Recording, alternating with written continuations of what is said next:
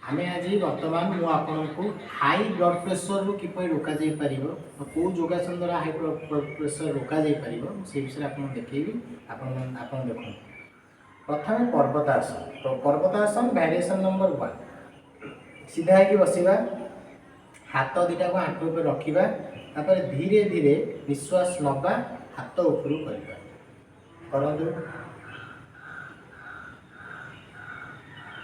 हाथ को सीधा रखु कान साइड रे तापर निश्वास छाड़िए धीरे धीरे धीरे धीरे धीरे धीरे हाथ तल को यह आप 4 थर अभ्यास करें। यहाँ पद्म पर्वतासन वेरिएशन नंबर 1 तापर वेरिएशन नंबर 2 हाथ दुटा को एपट रखु एमती पाकोली उपरको रखु निश्वास नेबे